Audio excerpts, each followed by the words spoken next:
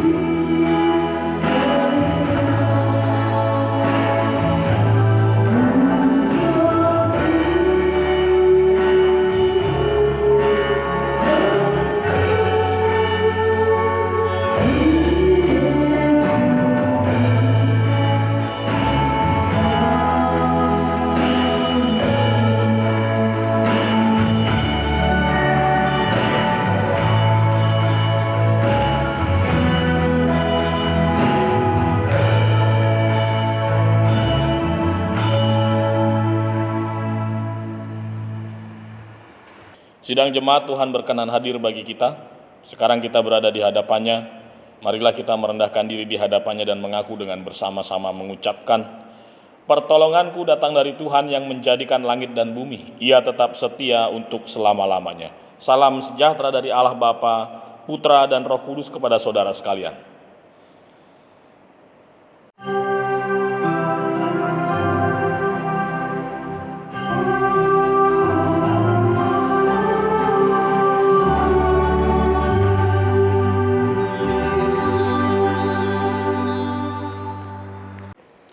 Introitus kita dari Lukas 19 ayat yang ke-10. Anak manusia datang untuk mencari dan menyelamatkan yang hilang. Mari kita sambut firman Tuhan ini lewat pujian Kidung Jemaat 344 ayat yang pertama. Ingat akan nama Yesus.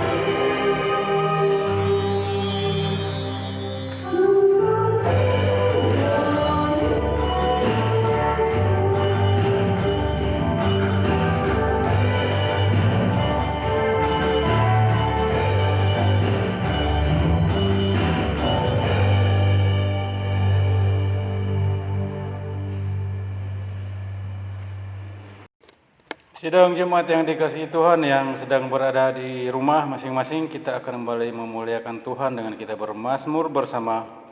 Dan pada hari Minggu ini diambil dari Mazmur 103 ayat 1 sampai dengan yang kelima, dan dilanjutkan dengan ayat yang ke-8 sampai dengan yang ke-13. Saya ulangi lagi dari Mazmur 103 ayat 1 sampai 5, dan dilanjutkan dengan ayat yang ke-8 sampai yang ke-13. Kita akan membaca secara bersaut-sautan. Pujilah Tuhan, hai jiwaku. Pujilah Tuhan, hai jiwaku. Dia yang mengampuni segala kesalahanmu. Dia yang menebus hidupmu dari lubang kubur. Dia yang memuaskan hasratmu dengan kebaikan. Tuhan adalah penyayang dan pengasih. Tidak selalu Ia menuntut, tidak dilakukannya kepada kita setimpal dengan dosa kita, tetapi setinggi langit di atas bumi, sejauh timur dari barat, seperti Bapa sayang kepada anak-anaknya. Haleluya. Anak-anakku, adik-adik di rumah, silakan berada di tengah-tengah ayah, ibu, atau kakek nenek kalian untuk kita kami bersama-sama berdoa untuk adik-adik yang ada di rumah. Mari Bapak Ibu, kita berdoa buat anak-anak kita. Kita berdoa. Di hadapan kami berdiri tubuh-tubuh yang kecil yang akan melayani Tuhan dalam ibadah pagi ini, memberi diri untuk merenungkan firman Tuhan bersama dengan keluarga kami. Putra dan putri kami, anak cucu kami, Engkau anugerahkan bagi kami untuk kami juga merawat, memelihara, membesarkan mereka dengan penuh kasih sayang, dan senantiasa memberikan yang terbaik Tuhan. Tidak hanya itu Tuhan, kami juga mewariskan iman percaya kami, yaitu kebenaran, keselamatan di dalam Kristus kepada putra dan putri kami, anak cucu kami. Namun demikian Tuhan, kami meyakini bahwa segala keterbatasan kekurangan kami terkadang menjadi kendala mereka untuk tumbuh kembang mendapatkan hal yang baik dalam hidup ini. Karena itu kami mempercayakan anak-anak kami ini dalam pemeliharaan Tuhan juga. Sertai mereka Tuhan dalam proses mereka bertumbuh dan berkembang, baik itu secara fisik, mental, juga iman mereka. Bapak, kami juga mempercayakan bahwa masa depan mereka dalam rencana Tuhan saja. Engkau yang akan merancang masa depan anak-anak kami ini dalam rancangan-Mu saja. Bapa, kami mohonkan perlindungan Tuhan keluar masuk rumah kami, bahkan dalam lingkungan bermain mereka dimanapun mereka berada. Engkau menjaga dan melindungi dari segala hal yang jahat, kecelakaan, mara bahaya, maut, juga virus yang ada. Tuhan Yesus, kami menyerahkan putra dan putri kami dalam pertolongan dan pengasihan Tuhan saja. Hamba akan menurunkan berkat bagi putra dan putri kami ini. Engkau memberkati mereka sekalian. Arahkan hati dan hidupmu, terimalah berkatnya. Tuhan memberkati engkau dan melindungi engkau, menyinari engkau dengan wajahnya dan memberi engkau kasih karunia, menghadapkan wajahnya kepadamu dan memberi engkau damai sejahtera saat ini kekal sampai selama-lamanya. Amin. Bapak Ibu, mari kita melanjutkan doa syukur kita dengan juga kita mengaku dosa di hadapan Tuhan di dalam doa. Mari kita berdoa. Kami meyakini sungguh Tuhan bahwa hidup kami tidak dapat kami sembunyikan dari hadapan Tuhan yang mengetahui siapa kami lebih daripada siapapun. Dalam kami menjalani hidup kami hari lepas hari, tentu saja tidak luput dari dosa dan salah. Dan kesempatan yang Tuhan beri sering kami abaikan untuk hidup dalam dosa dan dalam kesalahan yang mungkin berulang kali kami lakukan. Kami menyesal Tuhan, mengaku dosa dan salah kami di hadapan-Mu, sehingga kami boleh memperoleh belas kasihan Tuhan, dan kami dilayakkan pada pagi hari ini untuk menikmati persekutuan bersama dengan keluarga kecil kami untuk menghadirkan lawatan dan hadirat Tuhan bagi kami sekalian. Belas kasihan Tuhan itu juga menggerakkan hati kami untuk memiliki belas kasihan dalam hidup kami hari lepas hari dimanapun kami berada. Bapa, izinkan kami juga Tuhan memberikan yang terbaik pada pagi hari ini, memberikan tubuh kami, hidup kami untuk persembahan yang hidup dan yang berkenan di hadapan-Mu. Karena itu Tuhan, kuduskanlah kami dan keluarga kecil kami, tutup bungkus dengan kuasa-Mu sehingga dalam sepanjang peribadahan kami tidak terintimidasi dengan apapun yang ada, bahkan hal-hal yang jahat. Kami akan berfokus untuk melayani Tuhan dalam peribadahan kali ini. Tuhan Yesus, terima kasih untuk lawatan dan pengampunan Tuhan dan kesempatan yang Tuhan beri. Kami menyerahkan waktu yang ada dari awal sampai dengan pada akhirnya di dalam nama-Mu, di dalam nama Tuhan Yesus kami berdoa. Amin. Setelah kita mengaku dosa, mari kita teguhkan pengakuan dosa itu dengan pujian Kidung Jemaat 36 ayat 1, dihapuskan dosaku.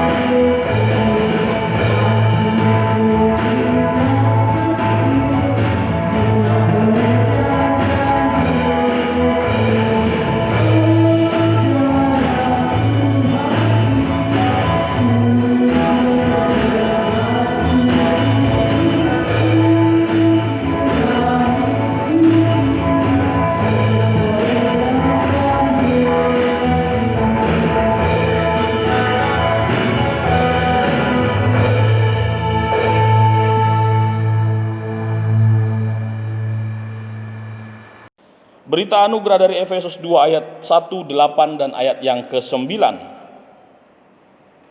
Kamu dahulu sudah mati karena pelanggaran-pelanggaran dan dosa-dosamu, sebab karena kasih karunia kamu diselamatkan oleh iman. Itu bukan hasil usahamu, tetapi pemberian Allah, itu bukan hasil pekerjaanmu. Jangan ada orang yang memegahkan diri. Demikian firman Tuhan. Dan sesuai dengan firman Tuhan ini, sebagai hambanya saya menyatakan bahwa pengampunan dosa saat ini boleh terjadi di dalam nama Allah Tritunggal, Bapa, Anak, dan Roh Kudus. Amin.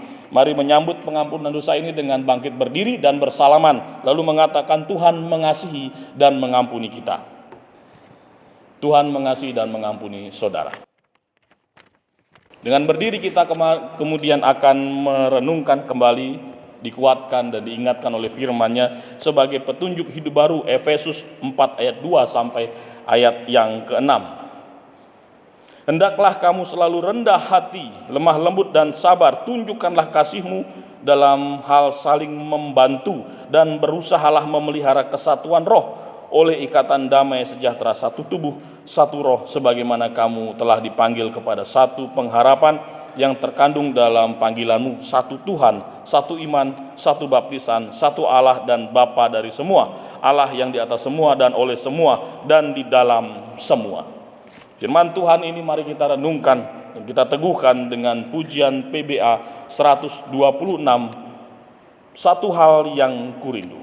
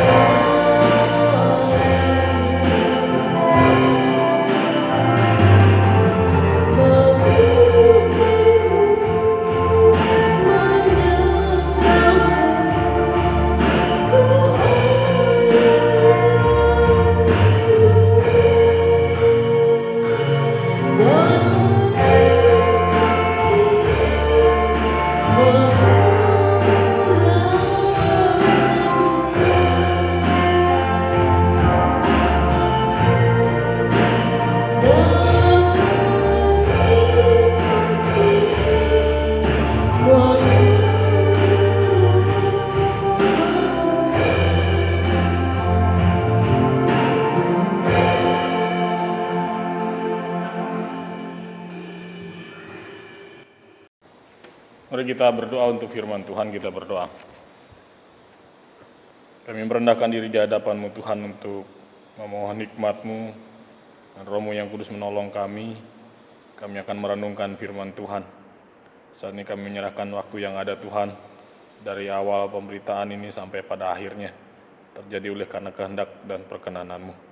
Mohon hamba-Mu juga Tuhan urapi, sehingga menjadi alat kepunyaan Tuhan untuk menyampaikan isi hati Tuhan bagi kami semua. Kami diberkati Tuhan dan nama Tuhan dimuliakan. Di dalam nama Tuhan Yesus kami berdoa. Amin. Mika pasal yang ke-7 ayat 18 sampai ayat yang ke-20. Siapakah Allah seperti Engkau yang mengampuni dosa dan yang memaafkan pelanggaran dari sisa-sisa miliknya sendiri, yang tidak bertahan dalam murkanya untuk seterusnya, melainkan berkenan kepada kasih setia. Biarlah Ia kembali menyayangi kita, menghapuskan kesalahan-kesalahan kita, dan melemparkan segala dosa kita ke dalam tubir-tubir laut. Kiranya Engkau menunjukkan setia-Mu kepada Yakub dan kasih-Mu kepada Abraham, seperti yang telah Kau janjikan dengan bersumpah kepada nenek moyang kami sejak zaman purba kala. Demikian firman Tuhan. Yang berbahagia adalah setiap kita yang mendengarkan, merenungkan, dan juga yang melakukannya. Haleluya.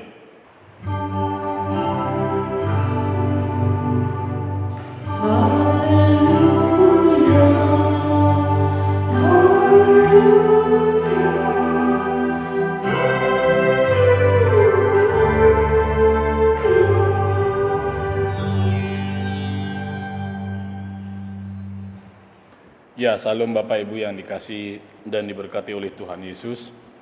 Kami majelis memutuskan untuk kita tetap beribadah via online. Melihat perkembangan di lapangan, fakta yang ada bahwa penambahan kasus ini masih sangat masif. Penyebaran ini masih sangat masif. New normal itu dipakai untuk memulihkan atau menghidupkan ekonomi, bukan menghidupkan manusia. Karena itu jangan salah mengartikan new normal. New normal adalah upaya pemerintah agar perekonomian, keadaan sosial kita tetap bisa berjalan.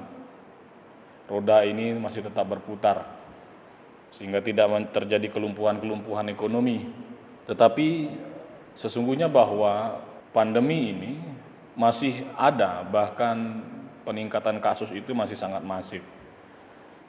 Sehingga akhirnya kami berkomunikasi dengan MSH untuk menyampaikan bahwa fakta di daerah Sanggulan, perumahan, ini berbeda dengan daerah-daerah yang lain yang mungkin anggapan mereka bahwa daerah mereka adalah zona hijau. Sesungguhnya tidak ada zona hijau. Virus itu tidak tampak, dia menyebar, dan pada akhirnya hanya penyesalan ketika kita terjangkit lalu mengalami hal-hal yang buruk. Nah, karena pertimbangan itulah akhirnya kita tetap harus melakukan peribadahan di rumah. Tentu saja peribadahan di rumah ini sesungguhnya memperbaiki kualitas kita, hubungan kita, lingkup kecil atau keluarga terdekat, sehingga kita memiliki persekutuan-persekutuan kecil yang lebih hidup daripada persekutuan kita yang besar atau komunitas yang lebih besar dalam gedung gereja. Kita bisa memperhatikan lebih lagi keluarga kita masing-masing.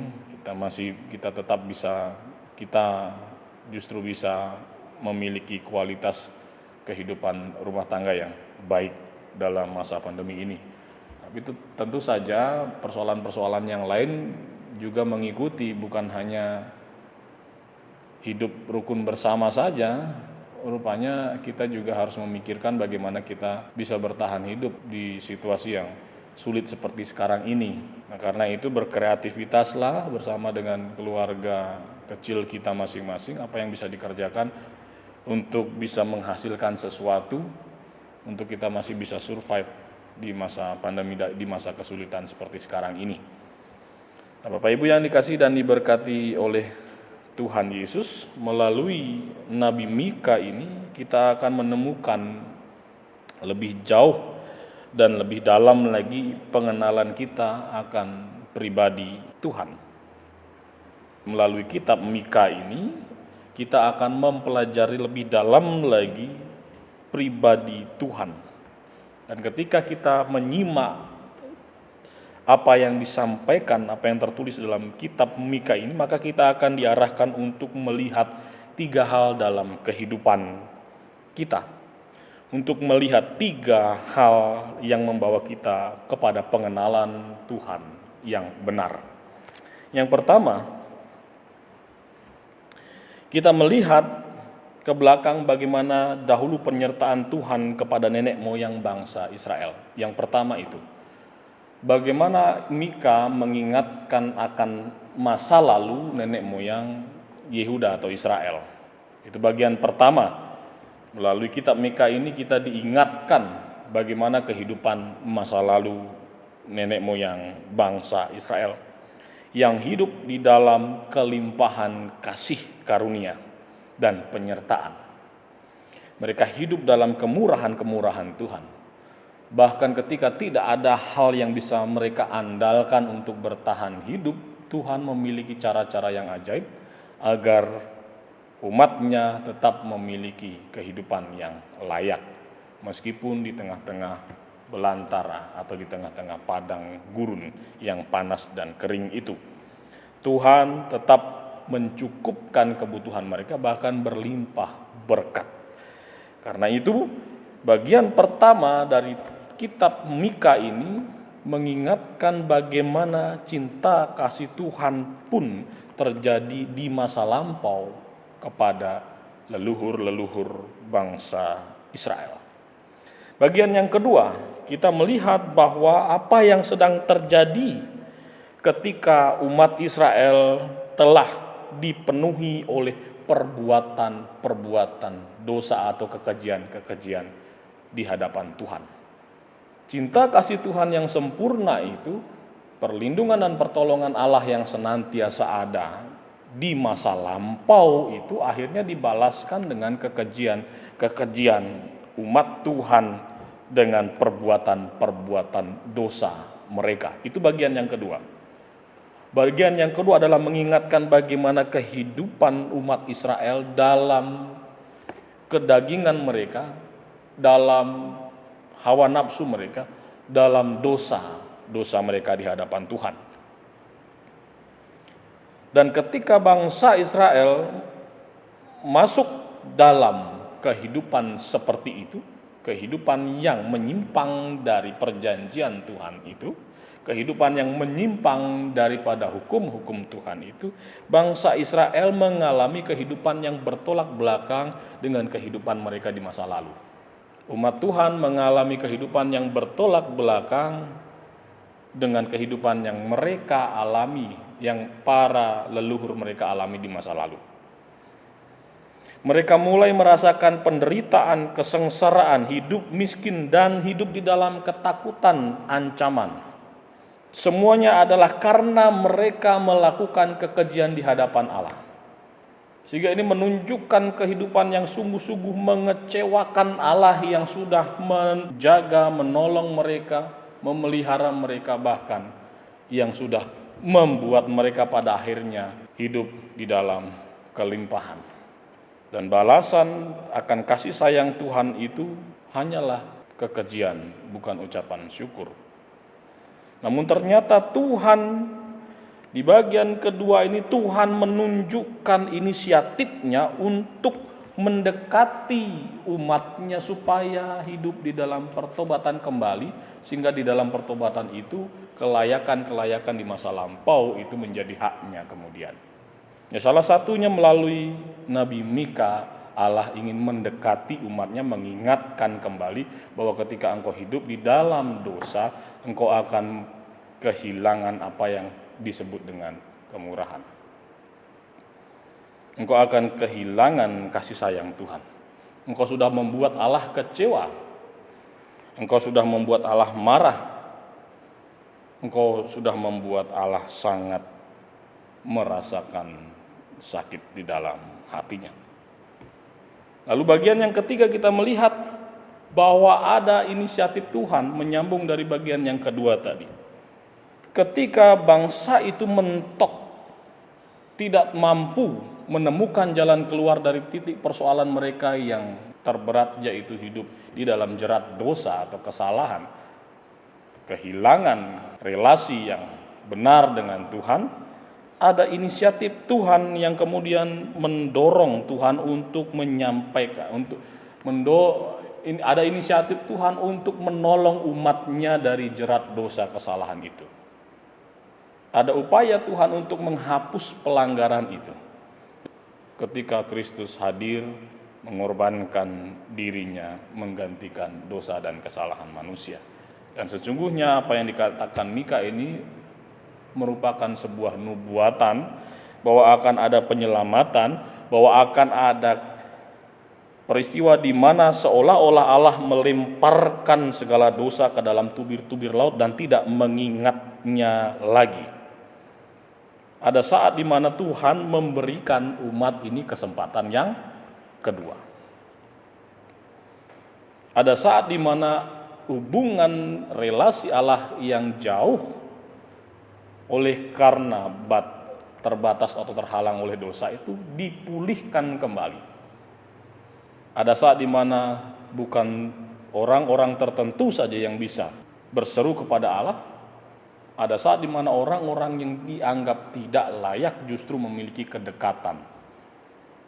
Justru Allah mau datang dan menyelamatkan. Nah, ini berita yang sungguh luar biasa. Sehingga 3 hal yang kita perhatikan dalam kitab Mika ini ternyata disimpulkan dengan kalimat bahwa kasih Allah itu sungguh luar biasa bagi kehidupan umat Israel dan kehidupan kita semua.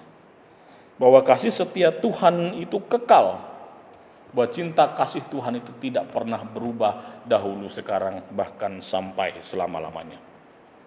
Sehingga jelaslah apa yang dituliskan dalam kitab Mika ini, sebuah perenungan yang begitu dalam dan juga sebuah perwakilan rasa syukur dari semua orang, dari seluruh suku-suku Israel saat itu, yaitu siapakah Allah seperti engkau. Ini perenungan yang sungguh luar biasa, perenungan yang sungguh-sungguh mewakili bagaimana kehidupan saudara dan saya sampai dengan hari ini seharusnya memiliki rasa syukur, rasa kagum seperti yang tertulis dalam kalimat siapakah Allah seperti engkau. Bapak Ibu, seperti apa yang diceritakan, apa yang saya sampaikan tadi, bahwa cinta kasih Allah itu melampaui kemarahannya yang seharusnya mampu membalaskan dosa dengan balasan yang kejam. Tapi justru Allah membalas dosa manusia ini dengan berkorban dan menyelamatkan manusia dan memberikan kesempatan yang kedua. Mari kita pahami bahwa kesempatan yang kedua itu bukanlah harga yang murah. Ya, kalau analoginya seandainya orang bekerja di perusahaan, dia melakukan kesalahan. Kalau kita lihat kesalahan dari leluhur Israel ini dari awal sudah begitu banyak kesalahannya. Bukan hanya soal ia memberontak kepada bangsa ini, memberontak kepada Allah. Mereka dilahirkan dari dosa, dari perbuatan dari ketidaksetiaan leluhur di masa lalu. Bahkan dosa awal adalah karena Adam dan Hawa tidak mematuhi perintah Tuhan, melanggar ketetapan Tuhan. Ya, memakan buah dan mengecewakan perjanjian Allah. Pertama. Yang kedua, begitu banyak kejadian-kejadian di perjanjian lama, bagaimana kekejian umat manusia, kekecewaan Tuhan terjadi berulang kali sampai kepada akhirnya bangsa ini harus mengalami perbudakan. Bahkan perbudakan yang kedua lebih hebat lagi ketika mereka dibuang ke Babel. Pada akhirnya bangsa ini memang seharusnya sudah pantas untuk tidak diingat lagi oleh Tuhan yang terlalu sering dikecewakan. Tapi Allah akhirnya berinisiatif justru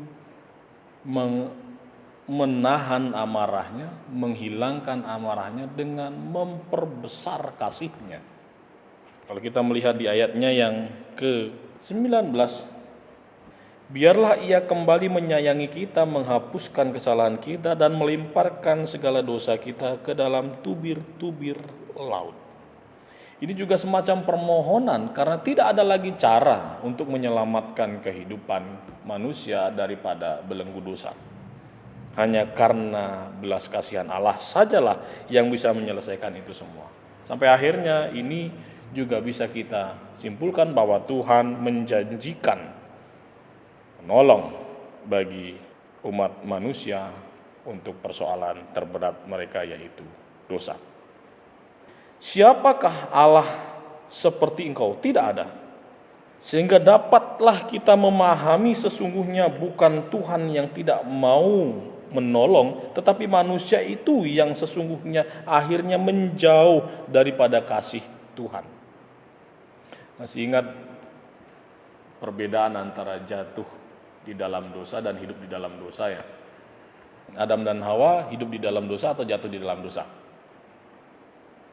Awalnya jatuh, tapi akhirnya dosa itu mencengkram kehidupan Adam dan Hawa, bahkan merambat ke anak cucunya, bermultiplikasi, berlipat ganda besarnya perbuatan dosa di masa lalu. Adam dan Hawa hanya makan buah saja, melanggar perjanjian. Anaknya Kain dan Habil, Kain membunuh adiknya Habil.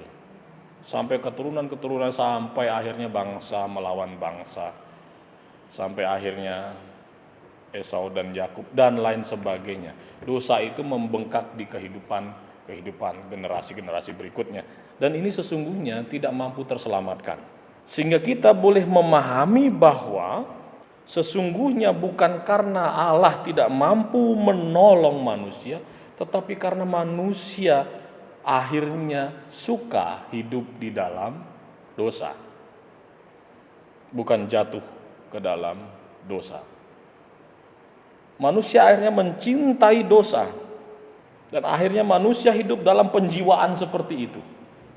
Ya, kalau kita hubungkan dengan apa yang terjadi saat ini, kalau himbauan pemerintah untuk kita tertib dengan protokol yang benar agar pandemi ini tidak tertular, rupanya ada juga yang tidak mengikuti himbauan itu. Ada juga yang menganggap bahwa wabah ini hanyalah main-main. Sampai pada akhirnya beberapa tim medis dengan sudah menggunakan APD yang lengkap pun masih terjangkit virus ini dan harus di karantina, harus dirawat secara khusus di rumah sakit yang menangani COVID-19. Dan mungkin ada waktu di mana kita juga harus tahu bagaimana reaksi ketika orang terjangkit penyakit atau virus COVID itu. Paru-paru mereka tenggelam, mereka mengalami kesakitan yang luar biasa dalam 4 hari masa-masa kritis itu. Ini informasi pengetahuan ini mau tidak mau, suka tidak suka harus disampaikan. Karena dengan cara-cara seperti itu akhirnya kita tahu bagaimana kita menjaga diri kita untuk tetap aman dari kemungkinan-kemungkinan penyebaran virus. Itulah yang dinamakan bukan Allah yang tidak memberikan engkau pengetahuan hikmat, bukan Allah yang tidak mampu menolongmu. Mampu, tapi karena engkau sendiri yang mendatangi dosa itu. Tapi karena engkau sendiri yang menyenangi, menyukai hidup di dalam dosa. Nah, pada akhirnya banyak orang bertanya-tanya tentang kuasa Tuhan dan penderitaan yang dihadapi umatnya pada saat itu. Seperti contoh pertanyaan seorang yang bernama Nikodemus dalam Perjanjian Baru. Bagaimanakah mungkin hal itu terjadi? Kalau kita melihat di dalam Perjanjian Baru, Yesus menjawab, karena begitu besar kasih Allah akan dunia ini. Bagaimana hal itu terjadi? Bagaimana hal itu bisa terselesaikan? Bagaimana mungkin dosa yang begitu kuatnya mampu terhapuskan? Ya, kembali lagi karena begitu besar kasih Allah akan dunia ini. Inilah ungkapan perasaan Tuhan Yesus yang dalam yang juga diungkapkan oleh Nabi Mika. Dia tidak dapat menyangkal bahwa kasih-Nya yang begitu dalam kepada manusia, Dia memberi dirinya, mengorbankan dirinya untuk memikul penderitaan yang seharusnya umat manusia alami. Dia mengorbankan dirinya, bahkan rela dipermalukan atau tergantung di atas kayu salib. Dan mari kita melihat di ayatnya yang ke-20 menjadi akhir daripada perenungan kita saat ini. Kiranya Engkau menunjukkan setiamu kepada Yakub dan kasih-Mu kepada Abraham seperti yang telah Kau janjikan dengan bersumpah kepada nenek moyang kami sejak zaman purba kala. Dan pada akhirnya seluruh umat manusia berseru kepada Tuhan, meminta pertolongan kepada Tuhan saja, seperti yang kita alami saat ini. Dengan menggunakan APD yang lengkap pun masih bisa tertular COVID-19. Lalu apa standar yang baik untuk kita terluput dari bahaya? Caranya adalah bagaimana kita mengenal Allah kita yang tidak bergerak semata dengan keadilannya dan kuasanya, dengan amarahnya ketika kita hidup di dalam kesalahan, tapi Ia memiliki belas kasihan. Namun demikian, jangan pakai ukuran itu untuk menganggap bahwa Tuhan itu lembek, ada kesempatan kedua. Tidak, kita tetap harus berpikir bahwa ada kesempatan ketiga. Tidak, kita tetap harus berpikir bahwa kesempatan kedua ini adalah kesempatan di mana kita memaknai kehidupan ini dengan tertib, dengan takut akan Tuhan, dengan hidup yang penuh dengan kebijaksanaan. Bapak Ibu, saya tidak bisa berkata apa-apa lagi bahwa kehidupan perekonomian kita harus tetap berjalan dan juga ancaman pandemi virus ini tetap masih masif tersebar, bahkan peningkatan di beberapa tempat di lokasi di mana kita berada pun konon katanya sudah ada kasus-kasus positif, bahwa ini pun terjadi, lalu ini pun terjadi. Bagaimana sikap kita? Mari kita berhikmat dan mengandalkan Tuhan. Karena itu kesempatan kita diam di rumah bersama dengan keluarga. Inilah saatnya kita bersekutu bersama Allah dan pengenalan yang benar akan Tuhan yang kasih dan sempurna itu. Bapak Ibu, hanya oleh karena pertolongan Tuhan saja kita bisa melewati masa-masa sulit seperti yang kita alami saat ini.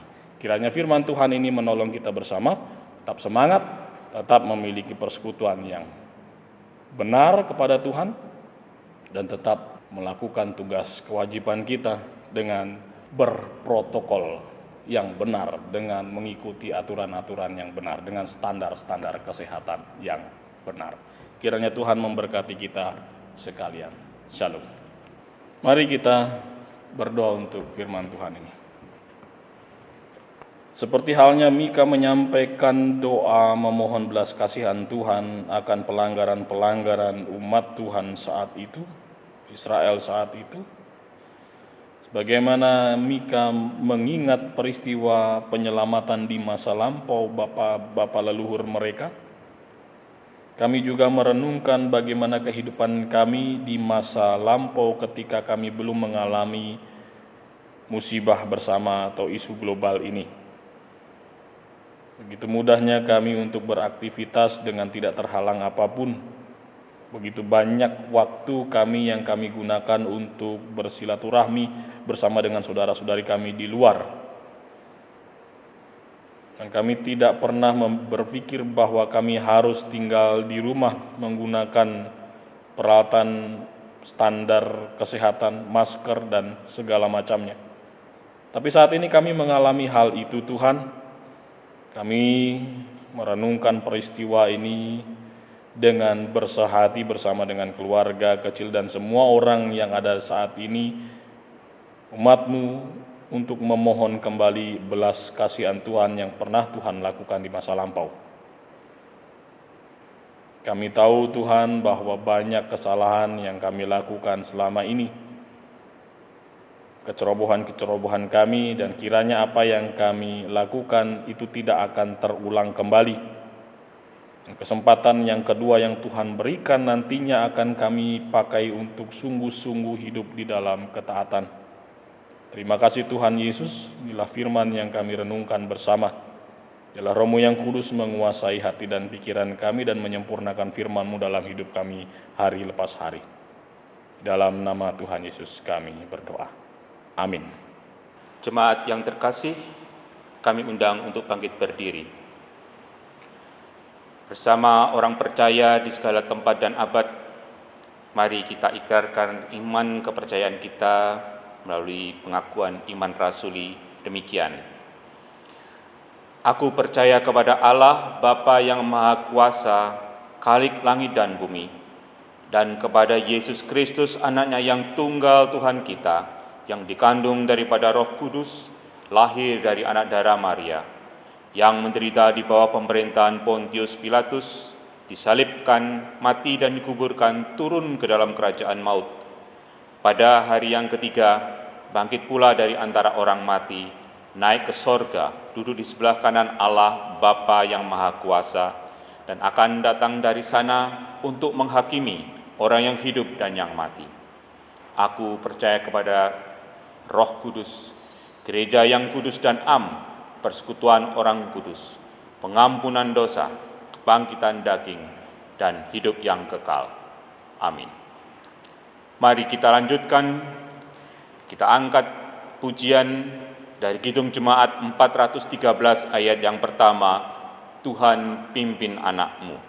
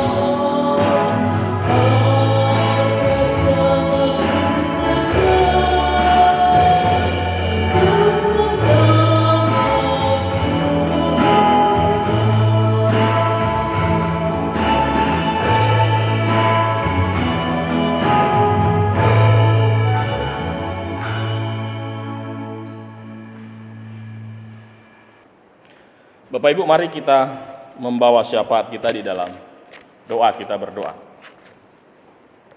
Kami mengucap syukur Tuhan sampai dengan hari ini Engkau memberikan kami perlindungan. Engkau mencukupkan bahkan melimpahkan kami dengan berkat-Mu. Dan terlebih Engkau masih mempercayakan kami kehidupan dan nafas hidup.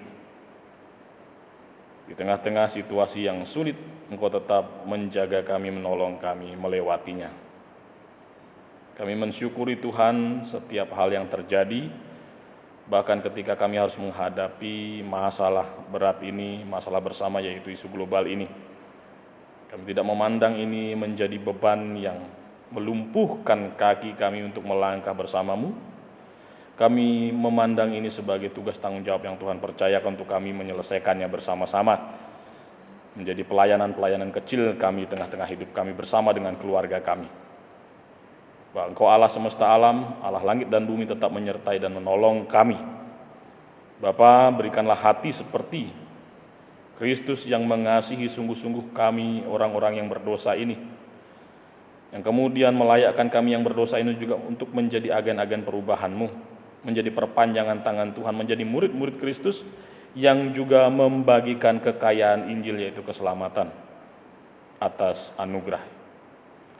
Bapa, kami mensyukuri kehidupan yang Tuhan berikan bagi kami, terlebih ketika ada saudara-saudari kami, anak-anak kami yang dalam pekan ini berulang tahun. Kiranya Tuhan melimpahkan hati mereka dengan syukur, dan setiap persoalan pergumulan mereka Tuhan campur tangan. Angan dan cita-cita mereka Tuhan rancang dengan rancangan Tuhan yang indah.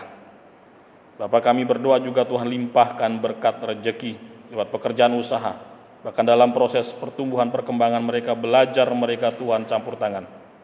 Bapa Surgawi, kami juga berdoa Tuhan untuk saudara-saudari kami yang mungkin dalam hal ini dalam kelemahan tubuh, Engkau pulihkan dan Engkau sembuhkan, berikan penghiburan, kekuatan dan iman yang senantiasa mengandalkan Tuhan saja dalam hidup.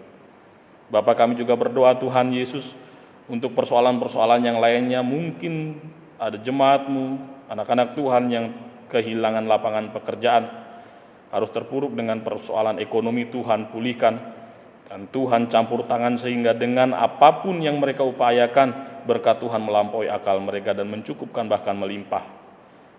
Bapa Surgawi, berkati kesehatan mereka masing-masing, berikan kekuatan dan keteguhan hati untuk tetap setia dalam pelayanan-pelayanan, tetap setia dengan tugas yang Tuhan percayakan.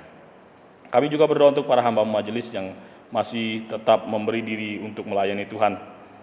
Engkau berkati keluarganya dan kehidupannya, berkati hati kami masing-masing, berikan damai dan sejahtera-Mu. Bapa, kami juga berdoa Tuhan Yesus untuk gugus depan penanganan COVID-19 ini Tuhan, dengan resikonya Tuhan jaga dan lindungi mereka semua Tuhan dari segala ancaman maut, bahkan penyebaran yang menakutkan seperti yang sudah kami dengarkan dan kami lihat. Bapa Surgawi, lindungi tenaga medis dan semua yang terlibat langsung dalam penanganan isu global ini. Para pemimpin bangsa kami yang senantiasa berpikir untuk yang terbaik bagi bangsa dan negara ini, melakukan tugas dan tanggung jawab mereka, Tuhan jaga dan lindungi mereka, dan limpahkan dengan syukur dan damai sejahtera-Mu. Aparat keamanan juga Tuhan berkati. Kehidupan kami masing-masing masyarakat Indonesia Tuhan berkati, dan kami percaya bahwa kesudahan daripada persoalan yang kami hadapi bersama ini adalah rasa syukur, karena sepanjang persoalan ini Tuhan campur tangan dan Tuhan melepaskan kami pada akhirnya dari masalah bersama ini. Kami percaya bahwa Engkau memberikan hikmat pengetahuan bagi para medis untuk menemukan obat penangkal daripada virus COVID-19 ini, untuk menemukan vaksin daripada virus COVID-19 ini, agar kami boleh dipulihkan dari segala hal, perekonomian, kehidupan sosial, politik, dan segala yang terpengaruh dengan pandemi COVID-19 ini. Bapak, kami berdoa untuk gereja-Mu di mana berdiri dalam persekutuan-persekutuan kecil di rumah kami masing-masing, dan GKPB secara khusus Bukit Palma, Sanggulan. Kami berdoa untuk jemaat-Mu, untuk setiap orang, bahkan yang berada di luar area Tabanan dan sekitarnya. Kami berdoa untuk Tuhan menjaga dan melindungi mereka, melimpahi mereka dengan syukur dan berkat Tuhan saja. Demikian Tuhan, segala syafaat kami, begitu banyak hal yang belum tersampaikan dalam syafaat ini, kami sempurnakan dengan doa yang Tuhan ajarkan bersama. Bapa kami yang di sorga, dikuduskanlah nama-Mu, datanglah kerajaan-Mu, jadilah kehendak-Mu di bumi seperti di sorga. Berikanlah kami pada hari ini makanan kami yang secukupnya, dan ampunilah kami akan kesalahan kami, seperti kami juga mengampuni orang yang bersalah kepada kami. Dan janganlah membawa kami dalam pencobaan, tetapi lepaskanlah kami daripada yang jahat. Karena Engkau-lah yang punya kerajaan dan kuasa dan kemuliaan sampai selama-lamanya. Amin. Sidang jemaat yang terkasih dalam Tuhan kita Yesus Kristus, tibalah saatnya kita akan membawa persembahan pada pagi hari ini. Tapi sebelumnya saya akan bacakan nats penuntun persembahan kita pada pagi hari ini, yang terambil di dalam kitab Mazmur 96 ayatnya yang ke-10. Berilah kepada Tuhan kemuliaan nama-Nya. Bawalah persembahanmu dan masuklah ke pelatarannya. Sujudlah menyembah kepada Tuhan dengan berhiaskan kekudusan. Gemetarlah di hadapannya, hai segenap bumi. Sambil kantong kolektor dijalankan, kita memuji Tuhan. Terima kasih Tuhan.